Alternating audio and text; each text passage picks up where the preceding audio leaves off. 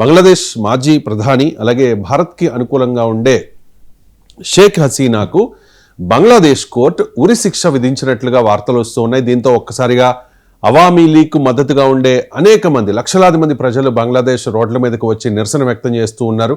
అక్కడ ఉద్రిక్త పరిస్థితులు కంటిన్యూ అవుతున్నాయి. అసలు షేక్ హసీనాకు ఉరిశిక్ష వేయాల్సినంత పరిస్థితి ఎందుకు వచ్చింది? అండ్ ఇప్పుడున్న యునస్ అంటే పాకిస్తాన్కు అనుకూలంగా ఆయన వ్యవహరిస్తూ ఉన్నారు.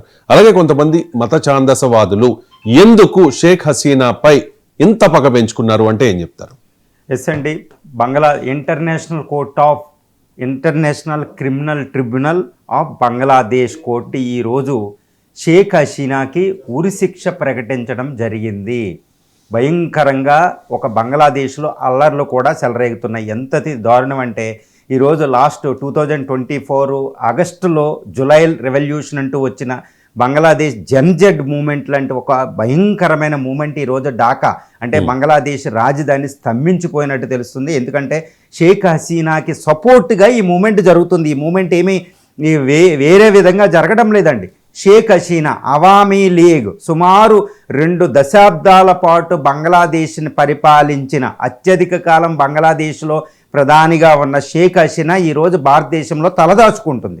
ఆవిడ లేని సమయంలో ఆవిడ ప్రెజెన్స్ లేకుండా బంగ్లాదేశ్లో ఒక క్రిమినల్ కోర్టుని ఒక ట్రిబ్యునల్ని ఎస్టాబ్లిష్ చేసి తాత్కాలిక ప్రభుత్వాధినేతగా ఉన్న మహమ్మద్ యూనస్, ఆయన నోబెల్ శాంతి బహుమతి పొందిన వ్యక్తి, మతాలకి అనుకూలంగా షరియాలకు అనుకూలంగా ఒక ప్రపంచ శాంతిని కోరుకునే వ్యక్తిలా లేకుండా భారత వ్యతిరేక కార్యకలాపాలకి పాకిస్తాన్కి సపోర్ట్, ఒకప్పుడు బంగ్లాదేశ్ అస్తిత్వాన్నే ప్రశ్నించిన పాకిస్తాన్కి సపోర్టుగా, చైనా తొత్తుకి సపోర్టుగా ఇలా భారత వ్యతిరేక శక్తిగా తయారైపోయి భారత్కు అనుకూలంగా వ్యవహరించి, అంటే భారతదేశానికి ఎందుకు అనుకూలంగా వ్యవహరించాలి బంగ్లాదేశ్ అంటే షేక్ హసీనా అదే పని చేసింది. ఎందుకంటే బంగ్లాదేశ్ ఇండియాతో 4200 కిలోమీటర్ల బౌండరీ ఉంది.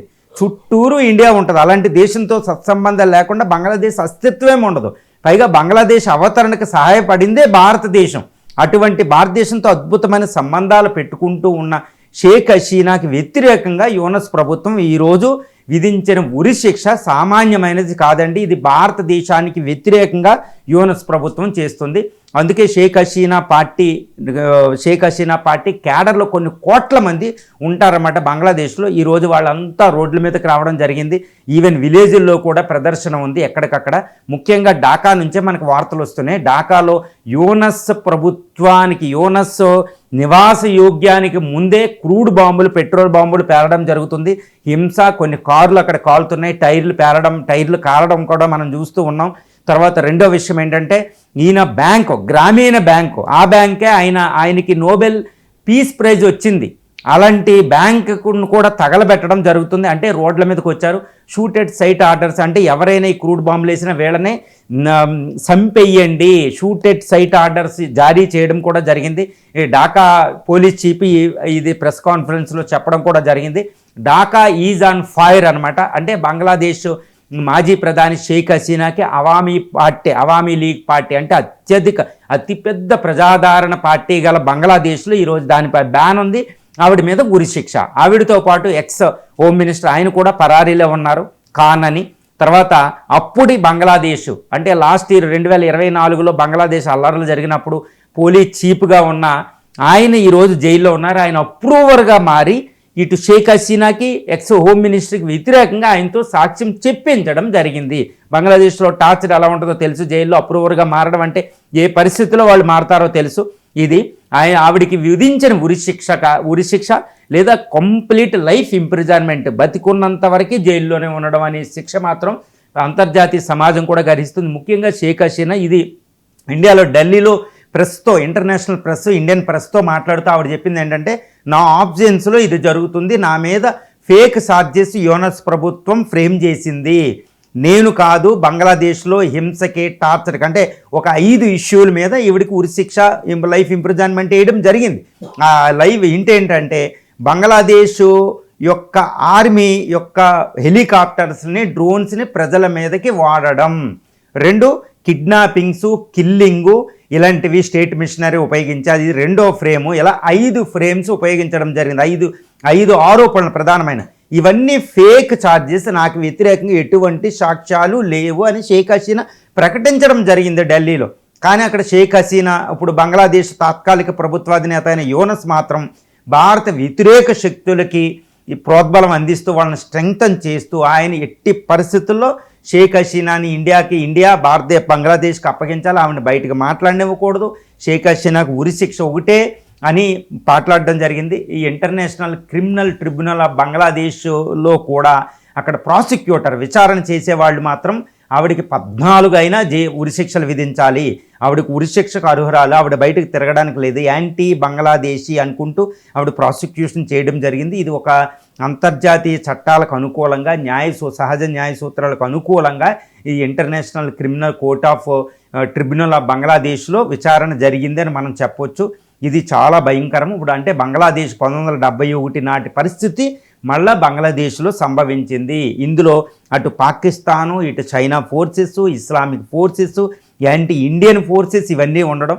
తర్వాత గత సంవత్సరం, ఒక సంవత్సరం క్రితం 2024 జూలై ఆగస్టులో అల్లర్లో ఈ షేక్ హసీనా ప్రభుత్వం కూలిపోవడం వెనకాలే అతిపెద్ద కుట్ర ఉంది. దాని వెనకాల బంగ్లాదేశ్ ఆర్మీ, ఒకరు ఉజాన్ అనే ఆర్మీ చీఫ్ హస్తం ఉంది, యూనస్ హస్తం ఉంది, యాంటీ ఇండియన్ ఫోర్సెస్ హస్తం ఉంది, ఐఎస్ఐ హస్తం ఉంది, United states of America CIA హస్తం కూడా ఉంది, ఇటు చైనా హస్తం ఉంది.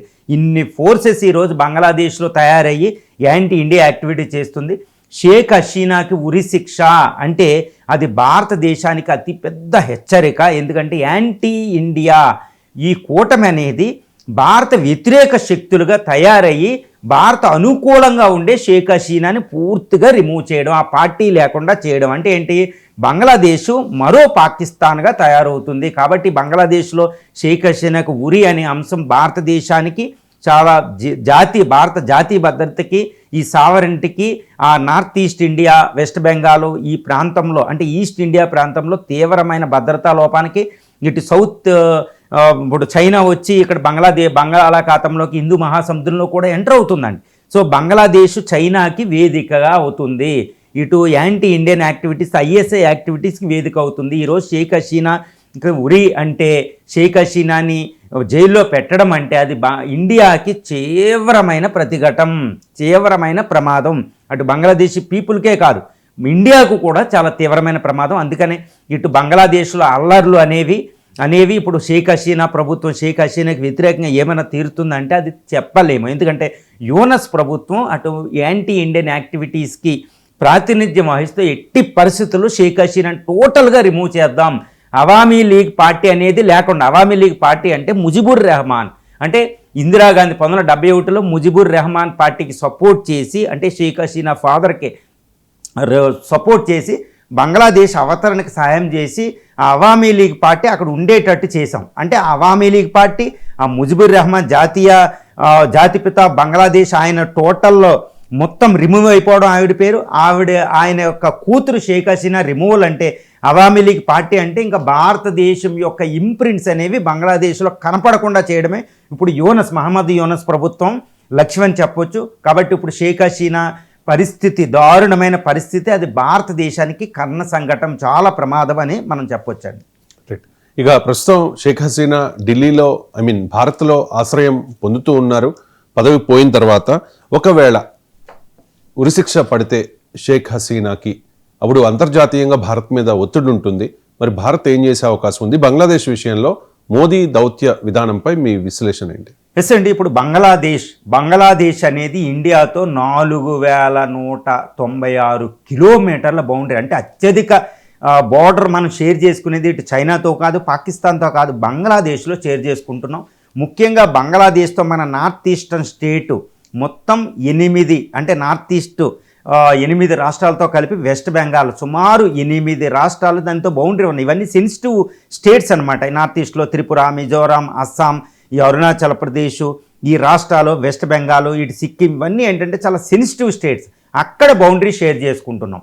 ఆ ప్రాంతంలో ఇప్పుడు షేక్ హసీనాకి ఇప్పుడు గత జూలై రెవల్యూషన్ జరిగినప్పుడు, అక్కడ జెన్జెడ్ మూమెంట్ జరిగినప్పుడు బంగ్లాదేశ్ గవర్నమెంట్, అప్పటి గవర్నమెంట్ అవామీ లీగ్ ప్రభుత్వం లేదా షేక్ హసీనా గవర్నమెంట్కి వ్యతిరేకంగా అల్లర్లు జరిగినప్పుడు ఆవిడ దేశం వదిలి ఫస్ట్ త్రిపుర అగర్తల వచ్చి అక్కడి నుంచి మన ఇండియన్ ట్రాన్స్పోర్ట్ విమానాలు చాలా జాగ్రత్తగా న్యూఢిల్లీ వచ్చాయి. ఇప్పుడు ఢిల్లీలోనే ఆశ్రయం పొందుతుంది.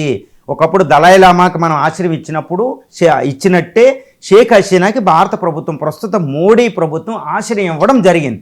ఇప్పుడు Bangladesh international criminal tribunal of Bangladesh ఇప్పుడు ఉరి శిక్ష విధించడం వల్ల ఇప్పుడు భారత మీద తీవ్రమైన ఒత్తిడి ఉండబోతుందండి. ఏ విధంగా అంటది, ఇప్పుడు యూనస్ ప్రభుత్వం, బంగ్లాదేశ్లో తాత్కాలిక యూనస్ ప్రభుత్వం ఏమంటదంటే, ఇప్పుడు ఆవిడ్ని అంతర్జాతీయ చట్టాలకు అనుకూలంగా, బంగ్లాదేశ్ చట్టాలకు అనుకూలంగా ఆవిడ్ని శిక్షించాం కాబట్టి ఆవిడ్ని మా దేశానికి సరెండర్ చేయండి, ఎక్స్ట్రడిషన్ చేయండి, మా దేశానికి ఇవ్వండి అని యూనస్ ప్రభుత్వం తీవ్రమైన ఒత్తిడి చేస్తుందండి. అది ఎట్టి పరిస్థితిలో జరుగుతుంది. ఇప్పుడే యూనస్ ప్రభుత్వం ఆవిడ మీడియాతో మాట్లాడనివ్వద్దని ఒత్తిడి తెస్తుంది ఇండియా మీద. తర్వాత అంతర్జాతీయ చట్టాల ద్వారా, అంతర్జాతీయ సమాజం ద్వారా కూడా ఇండియా మీద ఒత్తిడి తీసుకొస్తుంది యూనస్ ప్రభుత్వం. అంటే చైనాతో, అటు పాకిస్తాన్తో, ఇస్లామిక్ కంట్రీస్తో, ఇలా అన్ని ద్వారా భారత మీద ఒత్తిడి రాబోతుంది. చాలా తీవ్రమైన ఒత్తిడి ఉండబోతుంది. ఇప్పుడు ఇండియా పరిస్థితి ఎలా ఉంటుందంటే, ఇండియా అంతర్జాతీయ చట్టాలకు అనుకూలంగా, బంగ్లాదేశ్ చట్టాలకు అనుకూలంగా బంగ్లాదేశ్ సార్వభౌమత్వం, ఇండిపెండెన్స్ ప్రకారం ఆ చట్టాలను గౌరవిస్తూ అక్కడ శిక్ష పడిన వాళ్ళకి ఇండియాలో ఆశ్రయం ఇవ్వకూడదు. మరి ఇండియా ఎప్పుడు అంతర్జాతీయ చట్టాలకు లోబడి ఉంటుంది కాబట్టి ఆవిడని అక్కడ అప్పచెప్పాలి. ఆవిడ్ని షేక్ హసీనాని బంగ్లాదేశ్ యాంటీ ఇండియన్ గవర్నమెంట్కి అప్పచెప్తే భారతదేశం పరువు పోయినట్టు. ఎందుకంటే అదే బంగ్లాదేశ్ని 1971లో మనమే ఏర్పాటు చేసాం. ముజిబుర్ రెహమాన్ పాకిస్తాన్ జైల్లో ఉంటే మనమే రిలీజ్ చేసి, ఇండియన్ ఆర్మీ రిలీజ్ చేసి అక్కడ ప్రభుత్వం రావడానికి మనం సహాయం చేసాం. మరి ఆవిడ కూతురు, ముజిబుర్ రెహమాన్ కూతురు ఈరోజు ఇండియాలో ఉంటే, ఆశ్రయం పొందితే ఆవిడకి అప్పచెప్పడం అంటే 55 సంవత్సరాల క్రితం 1971లో జరిగిన యుద్ధాన్ని ఈరోజు మనమే చేతులారా తుడిపేసుకున్నట్టు అవుతుంది. మళ్ళీ బంగ్లాదేశ్, పాకిస్తాన్ చేతులకు వెళ్ళిపోతుంది. మరి షేక్ హసీనాని అప్పచెప్పాలా లేకపోతే ఇండియాలోనే ఉంచుకోవాలంటే భారతదేశానికి అంటే చాలా పెద్ద ప్రమాదంలో పడిపోయిందండి. యాక్చువల్గా చెప్పాలంటే బంగ్లాదేశ్కి సంబంధించి భారత మోడీ దౌత్య విధానంలో కొన్ని లోపాలు దొర్లాయి. ఎందుకు అంటే గత 2024 జులైలో, అంతకుముందు 15 సంవత్సరాలుగా కొనసాగుతున్న షేక్ హసీనా గవర్నమెంట్కి వ్యతిరేకంగా భారత వ్యతిరేక శక్తులు అక్కడ అల్లర్లు చేసినప్పుడు, అంటే United states of America, ISI, CIA కానీ, పాకిస్తాన్ బేస్డ్ ఐఎస్ఐ కానీ, లేకపోతే బంగ్లాదేశ్ ఆర్మీ వాళ్ళతో కలిసి, లేదా చైనా ఇన్వాల్వ్మెంట్తో ఈ షేక్ హసీనా గవర్నమెంట్కి వ్యతిరేకంగా అల్లర్లు కొనసాగుతున్నప్పుడే భారతదేశం అల్లర్ని ముందే, భారత ఇంటెలిజెన్స్ ఫోర్సెస్ ముందే కనుగొనాలి. షేక్ హసీనా గవర్నమెంట్ని అక్కడ అలర్ట్ చేసి అల్లర్లని ముందే అదుపు చేస్తే ఈరోజు భారతదేశానికి ఈ పరిస్థితి రాకపోను. ఎందుకంటే India is so strong. South ఏషియాలో ఇండియాకి మించింది లేదు. ఇండియా యొక్క రా అని, ఐబీ అని, ఇండియన్ ఆర్మీ అని, బిఎస్ఎఫ్ అని చాలా స్ట్రాంగ్గా ఉంటుంది. బంగ్లాదేశ్లో టోటల్ మనకి నిఘా ఉంటుంది. మరి ఎందుకు విఫలమైనట్టు అంటే భారత దౌత్య విధానం ఈరోజు తీవ్రమైన ఒత్తిడిని ఎదుర్కొంటుంది బంగ్లాదేశ్ వల్ల. అక్కడ యాంటీ ఇండియన్ ఫోర్సెస్ వచ్చేసినాయి. పాకిస్తాను, చైనా, ఐఎస్ఐ అక్కడ వచ్చేసినాయి. ఆ తర్వాత ఈ అమెరికా సిఐఏ కూడా అక్కడ యుద్ధం చేసుకుంటుంది ఎవరి గ్రిప్ కావాలని. మన అడ్డాలో, మన పెరట్లో వేరే విదేశీ శక్తులు వచ్చి అక్కడ పోరాడుకోవడం అంటే భారత భద్రతకి చాలా ప్రమాదం. ఎస్పెషల్లీ చికెన్ నెక్ ఈరోజు ప్రమాదం ఎదుర్కొంటుంది.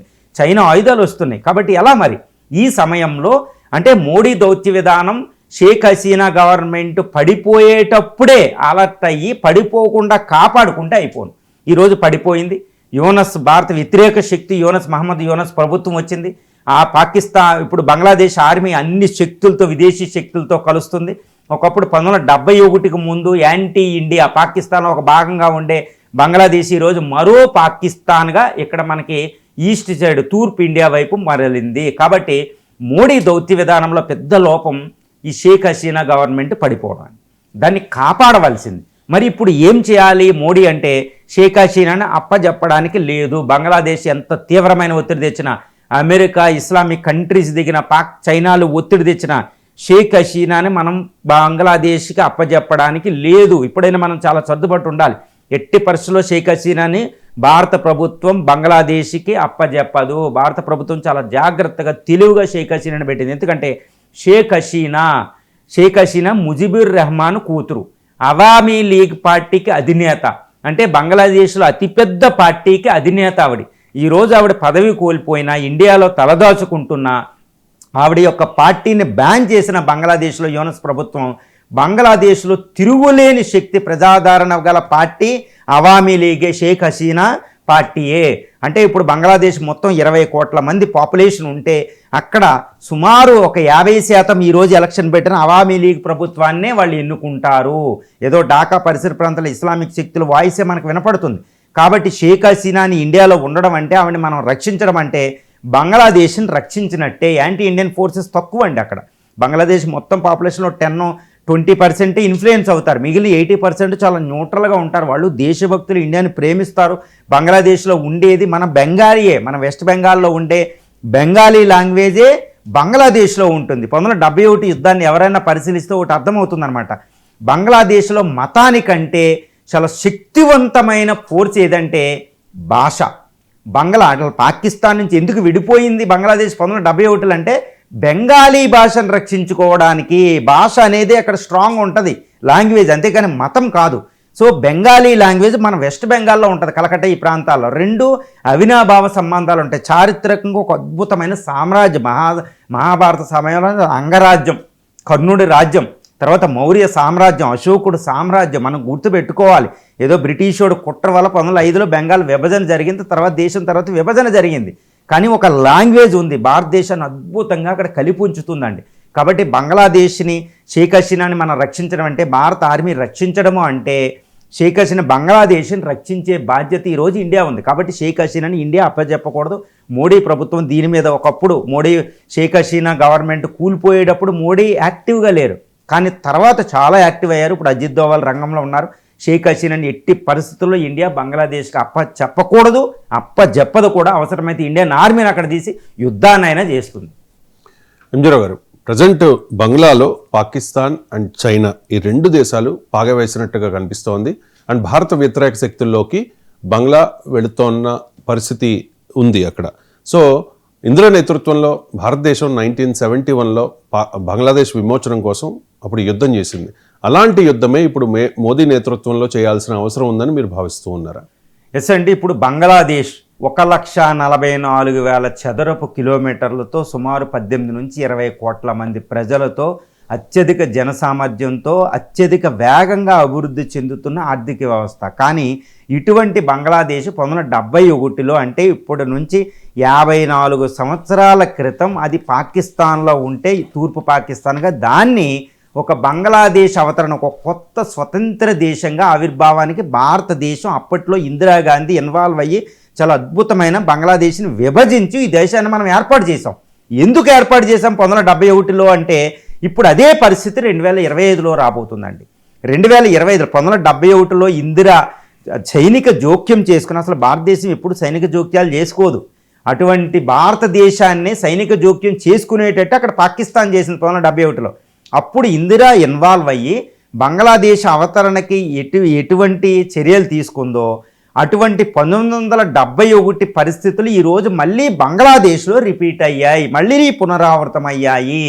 కాబట్టి మోడీ ఈరోజు 1971లో ఇందిరాగాంధీ తీసుకున్నటువంటి సైనిక చర్య, అప్పట్లో మానిక్ షాని పంపించి అక్కడ సైనిక చర్య తీసుకున్నట్టు ఈరోజు ఇండియన్ ఆర్మీ మళ్ళీ బంగ్లాదేశ్లోకి వెళ్లాల్సిన అవసరం ఉందా అంటే ప్రస్తుత బంగ్లాదేశ్లో పరిస్థితులు చూడాలి. 1971 పరిస్థితులు ఇప్పుడు ఇలా ఉన్నాయి.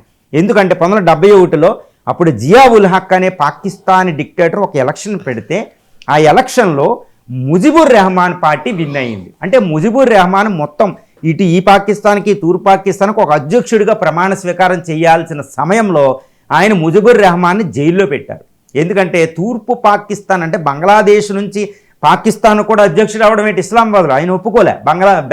బెంగాలీ లాంగ్వేజు, ఉర్దూ లాంగ్వేజ్ మీద ఆధిపత్యం చెలాయించడం ఆయన జియా ఉల్ హక్ లేక ఆయన్ని జైల్లో పెట్టి ఆయన పార్టీ కార్యకర్తల్ని చంపేసి పాకిస్తాన్ ఆర్మీని ఇస్లామాబాద్ నుంచి ఇక్కడ ఢాకాలో దించి లక్షలాది మంది ఉమెన్ని దారుణంగా అత్యాచారాలు ఇవి చేసి భయంకరంగా హింసించడం జరిగింది. లక్షలాది మంది చనిపోయారు. దాన్ని తట్టుకోలేక బంగ్లాదేశ్ నుంచి 1 కోటి మంది కాందిసీకులు రిఫ్యూజ్ చేసి ఇండియాలో వస్తే ఇండియా, ఛత్తీస్గఢ్ ఈ ప్రాంతాలు ఇండియా ఆదరించింది. ప్రపంచవ్యాప్తంగా ఇండియా తిరిగింది.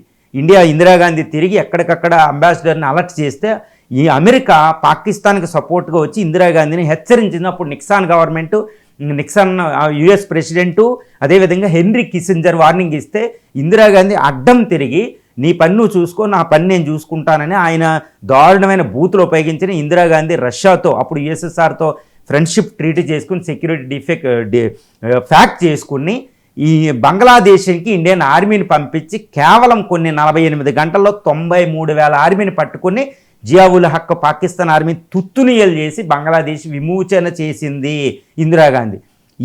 ఇలాంటి పరిస్థితి మళ్ళీ బంగ్లాదేశ్లో ఉందా అంటే ఈరోజు చూడండి ఏ విధంగా ఉంది. బంగ్లాదేశ్ యాంటీ ఇండియాకి అడ్డాగా మారిపోయింది. ఒకప్పుడు పాకిస్తాన్ మళ్ళీ బంగ్లాదేశ్లోకి ఎంటర్ అయింది. Pakistan chief of defence staff రీసెంట్గా ఢాకా రావడం, 55 సంవత్సరాల తర్వాత బంగ్లాదేశ్ ప్రస్తుత చీఫ్ యూనస్ని కలవడం, డిఫెన్స్ ఫ్యాక్ట్ కుదరడం, పాకిస్తాన్ నుంచి ఆయుధ సరఫరా రావడం, పాకిస్తాన్ ISI పాకిస్తాన్ని టెర్రరిస్టులు మళ్ళా బంగ్లాదేశ్ విజిట్ చేయడం, అంటే 55 సంవత్సరాల తర్వాత మళ్ళా Pak army Pak navy ship Chittagong port రావడం, అంటే మళ్ళా పాకిస్తాన్ అక్కడ పాగా వేసింది.